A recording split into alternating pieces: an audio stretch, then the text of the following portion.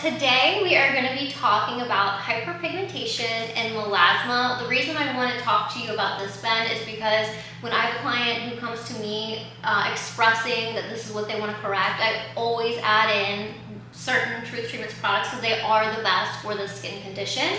So first, can you kind of explain what hyperpigmentation and melasma are? Well, hyperpigmentation describes melasma. Melasma is the diagnosis, the official name. And the hallmark sign of melasma is hyperpigmentation, but you can be hyperpigmented for a lot of reasons. The most important thing, and this is the reason why as an esthetician you know this, it's very difficult to treat this condition because melasma and hyperpigmentation is part of the stress response. It's a manifestation of the same chemistry that causes your blood vessels to constrict when you're under stress, causes your digestive system to slow down, causes your adrenal glands to pump out hormones, and melanin itself is made from the same kind of hormonal amino acid precursors that make stress hormones. So melasma is part of the stress response. The second thing about melasma is it's a female issue. Much more than men. 90% of patients who have melasma are women. So what does that tell you? Estrogen. And estrogen is one of the most misunderstood and problematic hormones in the body. So the key to understanding how to deal with melasma is figuring out how to deal with the stress response, and not just psychological stress, but inflammatory stress from certain foods or stress from activated immune system, etc., and to balance out your estrogen. And all of that is internal. And this is why skincare products have such a hard time dealing with melasma. That being said, there are things that you can do topically to address melasma. The best way to lighten the skin topically is to take care of your internal milieu, but to use things like retinol and vitamin C topically. And the reason Truth Treatments are so effective for melasma is the same reason as they're so effective, period. It's because we're using nutrients to rebalance and restabilize disturbances in the skin's chemistry that cause problems with beauty, that cause problems with dry skin, that cause problems with inflammation, and that cause problems with melasma. And this is a strategy that you get when you use nutrition. Nutrition in biochemistry says pleiotropic, means you get multiple benefits. And I love that you can use one product and get all of these benefits, and that's what you see with Truth Treatments. So the best thing you do topically for hyperpigmentation or melasma is retinol 5%, transdermal C serum or transdermal C balm, 62% or 60+% in the balm, almost over 70% in the serum, and then peppermint salicylic cleanser.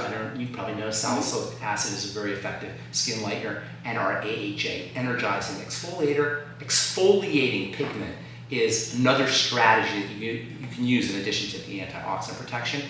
And then dermal defense, which actually has melatonin in it. And even in the word melatonin, you hear the control of pigment, or the control of melanin, control of black. So dermal defense as an add-on for skin lightening. I didn't actually think of that one. That's a good one. So in the morning, we're going to use the transdermal C serum.